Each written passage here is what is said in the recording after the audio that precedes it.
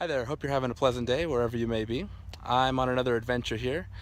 This one being a little different than my previous one. This one's not going to be linear. I'm not following a road this time. This time I'm going to tackle a region. That region being the Four Corners area of the United States. Now that region largely encompasses what's known as the Colorado Plateau, so a lot of my sites and things are going to be skewed in that regard. However, we're gonna tackle a lot of things on this one. We're gonna see a lot of interesting geology. We're gonna see some ancient civilizations. We're even gonna throw in a railroad just for fun. So with that said, let's hit the road.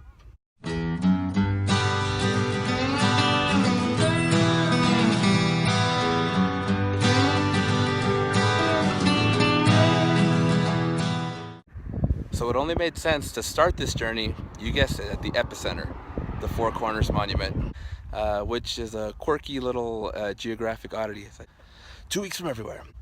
And it's pretty cool. It's a neat little place. It's the only spot in the United States where 4 states come together, and that in of itself is pretty cool. However, if you're coming to visit, it's sort of in the middle of nowhere. So if you're going to visit, this is pretty much the reason you're coming out here. And 2, try to come on a day that there's not a lot of people, because it's a frustrating endeavor to try to get a decent picture of the actual monument while hordes and hordes of tourists, one right after another, just attack it, because there's only one of them. You can't, you can't go to like a secret one. But yeah, so it's a pretty cool thing. Just try to come during the off season. I'm sort of on the fringe here, and I can only imagine what it's like during the summer. It's frustrating. A great place to continue our journey would be Utah in Bryce Canyon National Park. Now, Bryce Canyon isn't technically even a canyon at all. It's a part of a larger geologic formation called the Grand Staircase, and it's the top step of it. Geologic forces uplifted the Colorado Plateau, and then erosion started to do the rest on this Grand Staircase, which extends all the way down to Grand Canyon and includes Zion and a couple of other parks, as well as here in Bryce, like I said, the top step of that Grand Staircase. The distinctive features of Bryce Canyon are the hoodoos, as seen behind me. They're formed during an erosional process that involves the melting and refreezing of ice over time. That expansion back and forth eventually creates a window breaks free, and you're left with a hoodoo. However, if you ask the native Paiute people, oral tradition states that these are the remnants of a group that lived here before them. They were punished by the trickster coyote god, and they're forever encased in stone here. Some of them do have sort of a humanoid shape, so I can see where they got that. Not only does Bryce offer great vista points, but there's a lot of good trails here too. Unfortunately, I'm not able to do them. I came in February, and they're all pretty much snowed in. Most of the trails look kind of like this. So for now, this concludes my journey in Bryce Canyon National Park. It was beautiful. I'd love to come back during the summer when hiking is a little more of an option, and freezing my ass off is not one of the options either. Further south is Zion National Park. Many of this park's distinctive features and notable hikes lie within Zion Canyon, a beautiful gorge carved out by the Virgin River. Like many national parks, Zion is one of those places that no matter which direction you look, you're more than likely going to find yourself awestruck. So here I am at the end of the Riverwalk, and it's also the start of the Narrows, which is arguably one of Zion's most famous hikes. The Narrows sends hikers several miles through a steep-sided canyon using the river as the trail, which obviously has many risks. There's a host of reasons why I cannot do the hike today. One is it's just freaking cold. It's air temperatures in the 30s, especially in the shadow here. Really, really cold. And I touched the water. That's freezing. And it's also closed. There's too much water coming down the river, and it's not safe. So no Narrows hikes for anybody today, even the brave ones. Here I am on the trail of another marquee hike in Zion, Angel's Landing. If you've ever seen a picture of Zion, you've either seen a picture from Angel's Landing or of Angel's Landing. The first part has its challenges. It kind of goes up the steep rock wall right about there before cutting in. But then the real challenge is on this section there. Once you reach a certain point, there's chains there so you don't plummet to your untimely demise. The drops are pretty steep, the ledges are pretty narrow. They do warn you that safety is at your own risk. They're very clear about that. But this is it for me. I gotta turn around. I'm terrified. I don't know how I did it the last time, but I really chickened out this time. So I only went like 100 feet. I could still see where the starting was on the chains. It was kind of embarrassing. But on the plus side, 3 different people on the trail complimented my Jaws shirt, so hey, I got that. I'm here at Natural Bridges National Monument. Behind me is Sipapu Bridge. Bridges form when a river, as it meanders, it creates a small little wall in between the meanders. Eventually it erodes through that. Water flows through it. Boom, you have a bridge. Designated Utah's first national monument by President Teddy Roosevelt, Natural Bridges currently features 3 bridges: Sipapu, Kachina, and Owachomo. To get up close, Owachomo Bridge is the most accessible. Its narrow shape means it is nearing the end of its life, and it's merely a matter of time before it collapses like every other bridge before it. In addition to the geologic features, there are also some ruins here of the ancient peoples that used to live in the area. These date back from about 1050 to about 1300. Natural Bridges was pretty cool. If you're in the area, I would say stop by. If not, don't make a whole trip out of it. But there's a lot of stuff in this area, so chances are, one reason or another, you'll be in the area. So swing on by, take a look. Hey, welcome to Colorado. Just outside the city of Cortez is Mesa Verde National Park. Offering some pretty stunning views as you drive, this park's most notable features are the well-preserved ancient cliff dwellings. Okay, so with it being the off-season and it being late in the day, my options were really limited. So I came to the Spruce Tree House because I understood there was a pretty good view, and I'd call that a pretty good view. But what's kind of cool is that nobody's here. It's all closed for I don't know if it's closed for the day or the season. So I have it all to myself. I really am just getting a glimpse of this, and I know there are other dwellings too, but I'm only going to be here for a few minutes. This is really, really cool. I think I'm going to have to make a trip during the summer months to come check these things out for good, because this is awesome. So I got to say, Mesa Verde was pretty cool. Not far away is probably the largest city in the region, Durango, Colorado. Situated on the Animas River, the city dates back to 1880 and has its roots in mining that took place in the nearby mountains. Among some of the older buildings along the town's main street is the Strider Hotel, built in 1887 and houses the Diamond Bell Saloon. Though both the hotel and the saloon have seen various renovations over the years, including the saloon space being used as a drugstore at one point, it maintains an Old West charm for locals and tourists alike. Over the years, mining has declined, but Durango perseveres in many facets, such as being a college town and a great location for various outdoor activities like mountain biking and fishing, just to name a few. But Durango is probably best known for the Durango and Silverton Railroad. Here, the Durango and Silverton prepares for its morning departure, and before you know it, you're on your way. Dating back to 1881, this line has run continuously for more than 130 years as we slowly make our way up into the mountains. With some of the coaches dating back to the 19th century, today I'm in the newer Silver Vista, which not only offers great views, but a helpful and informative attendant like Ellie, who helped point this out. Down here you see these cobbles all cemented together? That's a river deposit, and it is sitting, bam, right here on a granite. You just stepped off the Colorado Plateau. Here we are chugging along the Las Animas River in some pretty gorgeous scenery. You gotta see.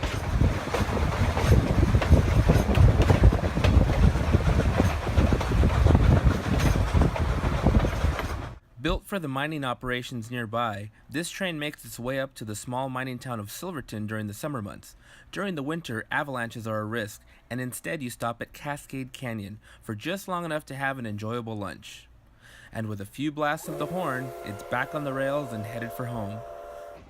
Arguably one of the most memorable parts of the journey is the High Line. Now, I'm not quite sure why they call it that. Now I kid, of course, but the stunning views offered are easy to soak in as the train inches along, not just for your viewing pleasure, but for your safety too. So just sit back and enjoy the view and maybe snap a picture or 20. But if you're afraid of heights, try not to look down. Hey, Aren't those mountaintops really nice?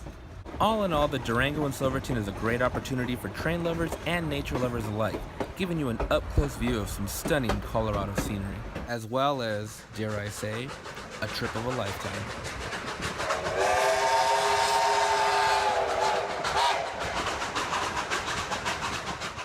Next, my journey takes me to Aztec in northwest New Mexico and to the Aztec Ruins. Interestingly enough, the Aztecs never lived here.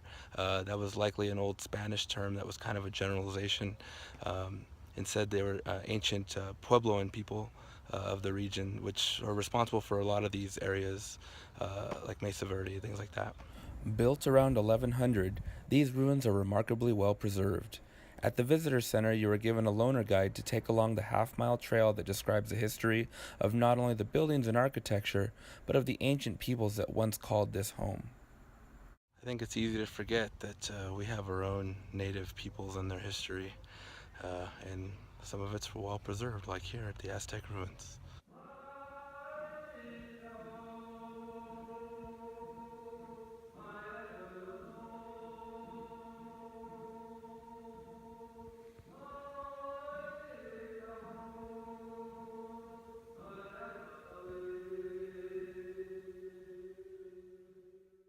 Leaving New Mexico, I head to Navajo Nation in northern Arizona. Now I'm in Monument Valley, or more specifically, Monument Valley Tribal Park. It straddles the border of Arizona and Utah, and it's probably most famously known for numerous Western movies. A lot of John Wayne films, things like that. More contemporarily, it's probably known mostly for like National Lampoon's Vacation, or even a scene in Back to the Future 3. Yeah. You're not thinking fourth dimensionally. Yeah, I got a real problem with that. But yes, it's a really famous area. It's kind of one of those like iconic, when you see it, you think of a Western movie. Geologically, this all used to be sea until there was the Colorado Plateau uplift. Erosion started to wash away the softer rocks, and the harder rocks are what's left and are the buttes, mesas, and totems that you see. To view Monument Valley, you have to go on a 15-mile rocky road that can be kind of rough at times, so leave the Civic at home. You want something a little high profile, something a little rugged, maybe even a rental to beat up, but the road can be a little tough at times. Within the park is the View Hotel, which sits on a ridge that overlooks the valley. Every room has a view and a balcony, makes for great sunrise views, sunset views, right outside your door. It's pretty cool.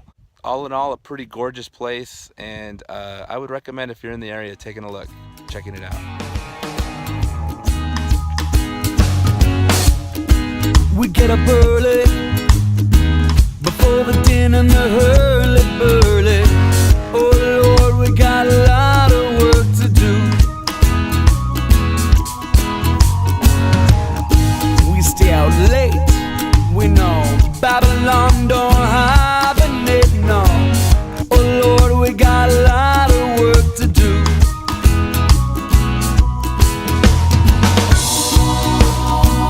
In the arms of a bright and rising day, we see how you zombies crawl away. The motorcade is rattling out of sight. The dark parade will fade into the night, 'cause today belongs to the light. Today belongs to the light. Just up Route 163 on the Utah side of the border is a spot easily recognized by movie fans the world over. It was here that Forrest Gump abruptly decided he no longer wanted to continue running across the country. A picturesque locale that begged for my bad impression. I'm kind of tired. I think I'll go home now. Now what are we supposed to do? All in all, a cool little spot to take some pictures. Just try not to get hit by a car when you're standing in the road. Here I am at Horseshoe Bend, just outside of Page, Arizona. Horseshoe Bend is a meander of the Colorado River where it goes 270 degrees around. It's a really cool spot, nice photo op. sort of an Instagrammer's heaven. Page, Arizona in general, sort of an Instagrammer's heaven. However, just be careful. There's no rails, cliffs are steep, and rocks are loose. That doesn't stop a lot of people from getting really close to the edge. I couldn't get close to the edge without crawling on my belly, so some people, man, they're like mountain goats. But yes, Horseshoe Bend. This is Glen Canyon Dam along the Colorado River just outside of Page, Arizona. Completed in the early 1960s. It created the man-made reservoir behind it known as Lake Powell. This reservoir provides water and hydroelectric power for much of the Four Corners region, though not without its controversy, as various groups like the Sierra Club objected to the damming of Glen Canyon, perceived to be a natural wonder that would forever be lost. Also near Page are Upper and Lower Antelope Canyons. So I just finished the Lower Antelope Canyon tour. I took a lot of pictures. Unfortunately, they asked for no video, so I obliged. 1-hour tours are offered by Navajo guides that take you through the narrow slot canyon, getting beautiful views of the landscape that was carved by water and wind over the millennia. And perhaps most interesting is that viewed from the top, you almost wouldn't even know it was there. And now we leave Page for a slightly larger canyon. So here I am at the Grand Canyon. Spans close to 300 miles in length, gets up to about 18 miles across. It's almost a mile deep to get to the Colorado River, which is responsible for this thing. So this is the Bright Angel Trail from the rim to the river. However, there are many signs that advise you not to do that in one day. Yeah, it's arguably the most popular trail in the park. And yeah, the canyon itself, they believe is about 6 million years old. It exposes some rock that's over 1 billion years old. In addition to the geology, during the spring and summer months, you also get the opportunity to appreciate some of the Native American cultures that called this region home.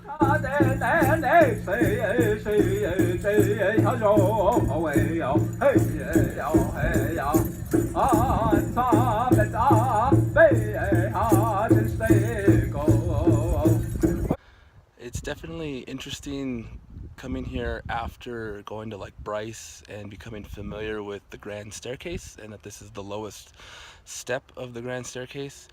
Interestingly enough though, they never talk about it here. They mention the Colorado Plateau, they mention the uplift, they mention the river eroding, but no mention of the Grand Staircase. Judging from some of the diagrams of those other parks that I went to, I definitely noticed the strata a little more. I've always seen it, but this time it just has a little bit more meaning to it. For whatever reason, on this trip, the vastness really hit me this time. I've been here before a few times, but for whatever reason, the scope of how big this place really is just, I don't know, light bulb. I don't know, it just kind of hit me. But yeah, it's an amazing place, worth checking out. Thanks for joining me on this little adventure of the Four Corners region. By no means was this an exhaustive list of things to do or places to visit. This region is just jam-packed with all sorts of parks, landmarks, quirky little stops, hikes. There's all sorts of things to do in this area. These are just some of the things I happened to hit. I hope you enjoyed the ones that we did go to, like Bryce and Zion, the Four Corners Monument, Grand Canyon, riding the train in Durango. Hope you enjoyed it all, because I know I did. I hope this was helpful for anybody that's planning to come out in this area, take a look around. Highly recommended. It's a really cool region to check out. And I guess I'll see you the next time.